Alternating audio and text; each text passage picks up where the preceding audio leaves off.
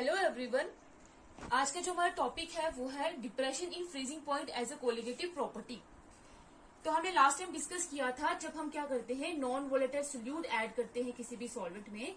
Non volatile का मतलब क्या होगा, जो वो सोल्यूट जो वेपर्स नहीं बना पाएगा। जब हम नॉन वोलेटाइल सोल्यूट को ऐड करते हैं किसी भी प्योर सॉल्वेंट में, तो तब क्या होता है, उसका जो हमारे पास फ्रीजिंग पॉइंट जो होता है डिक्रीज करता है। उसका फ्रीजिंग पॉइंट क्या करेगा, डिक्रीज करेगा। उस डिक्रीज को हम बोलते हैं डिप्रेशन इन फ्रीजिंग पॉइंट। अब हमने ये भी देखा था कि जो डिप्रेशन इन फ्रीजिंग पॉइंट होता है वो हमारे पास क्या होगी, कोलिगेटिव प्रॉपर्टी होगी। और कोलिगेटिव प्रॉपर्टी क्या होती है किसी भी सोल्यूशन की, जो number of moles of solute के ऊपर डिपेंड करती है। Number of moles of solute के ऊपर डिपेंड करती है। अब हमने ये भी देखा था कि जो डिप्रेशन इन फ्रीजिंग पॉइंट होती है वो हमारे पास कोलिगेटिव प्रॉपर्टी होती है, क्योंकि हम क्या करती है, number of moles of solute के ऊपर डिपेंड करती है। आज हम करेंगे इसकी डेरिवेशन कि ये कैसे number of moles of solute के ऊपर डिपेंड करती है और कैसे ये मोलैरिटी के डायरेक्टली प्रोपोर्शनल होती है और कैसे ये number of moles of solute के ऊपर डिपेंड करती है। तो हमें ये पता है कि जो डिप्रेशन इन फ्रीजिंग पॉइंट होगी, depression in freezing point is directly proportional to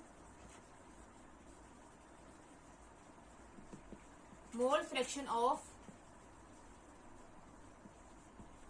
solute. क्योंकि डिप्रेशन किसकी वजह से आया है फ्रीजिंग पॉइंट में, ये जो डिक्रीज है वो किसकी वजह से आया है, सोल्यूट के एडिशन पे। तो हम क्या बोलेंगे कि जो डिप्रेशन इन फ्रीजिंग पॉइंट है वो डायरेक्टली प्रोपोर्शनल है किसके, मोल फ्रैक्शन के। तो डिप्रेशन इन फ्रीजिंग पॉइंट को हम रिप्रेजेंट कर रहे थे डेल्टा टी एफ से, तो ये डायरेक्टली प्रोपोर्शनल होगा काई बी के हमारे पास मोल फ्रैक्शन ऑफ सोल्यूट। आप जब प्रोपोर्शनलिटी का साइन हटाएंगे तो हम क्या लगाएंगे, कांस्टेंट। तो आ जाएगा के कांस्टेंट काई बी।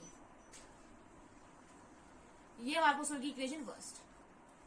इसमें डेल्टा टीएफ क्या है, डिप्रेशन इन फ्रीजिंग पॉइंट, के क्या है कांस्टेंट और काई बी क्या है, मोल फ्रैक्शन ऑफ सोल्यूट। अब मोल फ्रैक्शन किसी भी कंपोनेंट की क्या होती है, यहाँ पे अगर हम सोल्यूट की ले रहे हैं तो मोल फ्रैक्शन सोल्यूट की किसके इक्वल होगी, number of moles of solute upon total number of moles in the solution.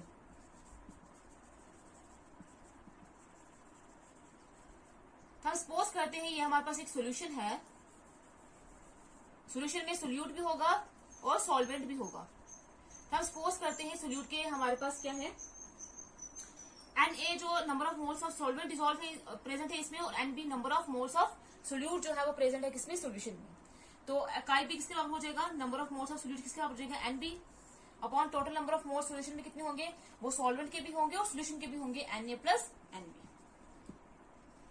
तो अगर इसकी वैल्यू हम पुट करेंगे इक्वेशन फर्स्ट में तो आ जाएगा हमारे पास क्या, delta T F is equal to K N B upon Na plus Nb। ये हमारे पास होगी equation second.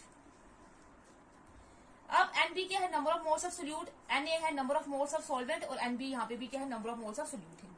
Number of moles किसी भी कंपोनेंट के जब हमें कैलकुलेट करने होते हैं, अगर सपोज हमें नंबर ऑफ मोल्स जो है वो सॉल्वेंट के कैलकुलेट करने हैं, तो number of moles of solvent किसके बराबर हो जाएंगे, उसी का जिस कंपोनेंट का हमें नंबर ऑफ मोल्स निकालने होते हैं उसी का क्या होगा, मास या वेट। तो आ जाएगा weight of solvent WA upon उसका मॉलिक्यूलर मास, तो मॉलिक्यूलर मास आ जाएगा Na की वैल्यू ये आ जाएगी। अब Na की वैल्यू हम पुट करेंगे यहाँ पे, तो आ जाएगा क्या, delta T F is equal to K N B upon Na की जगह क्या आ जाएगा, WA अपॉन Nb। और अब क्या करेंगे हम, ये जो डिनोमिनेटर में ये जो हमारे पास Nb है इसको हम इग्नोर कर देंगे, सॉल्यूशन से इसको क्या कर देंगे, इग्नोर कर देंगे।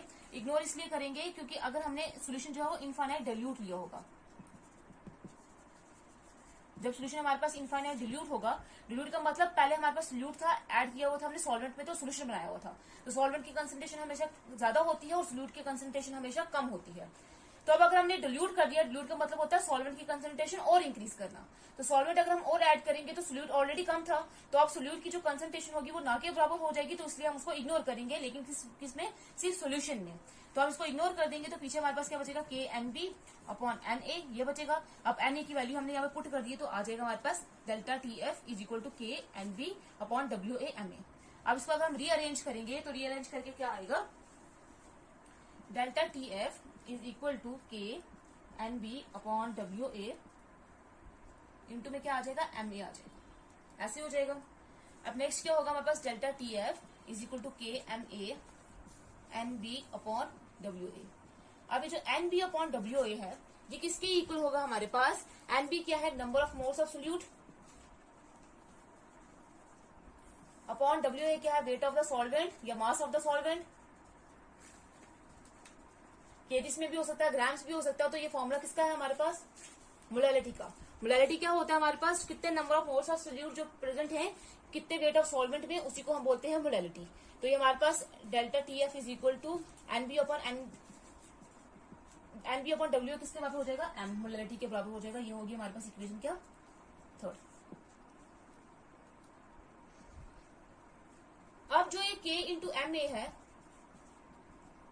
वो किसके बराबर है हमारे पास, के एफ के बराबर है। तो के एफ क्या है, कांस्टेंट है, और कांस्टेंट कौन सा वाला है, मोलर डिप्रेशन कांस्टेंट।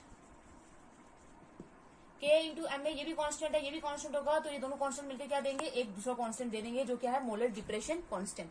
तो इसकी वैल्यू हम पुट करेंगे यहाँ पे, तो delta T F is equal to K F into M. ये होगी हमारे पास इक्वेशन फोर्थ। अब अगर हम कांस्टेंट को हटाएंगे तो जब हम कांस्टेंट को लगाते हैं तो हमारे पास क्या हो जाता है, प्रोपोर्शनलिटी का साइन हट जाता है। अब जब हम कांस्टेंट को हटाएंगे तो हमारे पास साइन का आ जाएगा, प्रोपोर्शनलिटी का आ जाएगा, तो आ जाएगा delta T F is directly proportional to M molality. ये होगी हमारे पास इक्वेशन क्या, फिफ्थ। अब इक्वेशन फिफ्थ से क्या पता चल रहा है कि जो डेल्टा टी एफ है वो किसके ऊपर डिपेंड कर रहा है, मोलैलिटी के ऊपर डिपेंड कर रहा है। और जो मोलैलिटी होती है वो हमारे पास डायरेक्टली किसके प्रोपोर्शन होती है, किसके पर डिपेंड करती है, number of moles of solute के ऊपर डिपेंड करती है। अब अगर डेल्टा टी एफ जो है डिप्रेशन इन फ्रीजिंग पॉइंट वो मोलैलिटी के ऊपर डिपेंड कर रही है, मोलैलिटी जो है वो number of moles of solute के ऊपर डिपेंड कर रही है, तो जो हमारे पास डिप्रेशन इन फ्रीजिंग पॉइंट है डेल्टा टी एफ वो भी क्या करेगा, number of moles of solute के ऊपर डिपेंड करेगा। इसलिए बोलते हैं कि जो हमारे पास डेल्टा टी एफ है वो क्या है, एक कोलिगेटिव प्रॉपर्टी है, क्योंकि ये किसके ऊपर डिपेंड कर रहा है, number of moles of solute के ऊपर डिपेंड कर रहा है।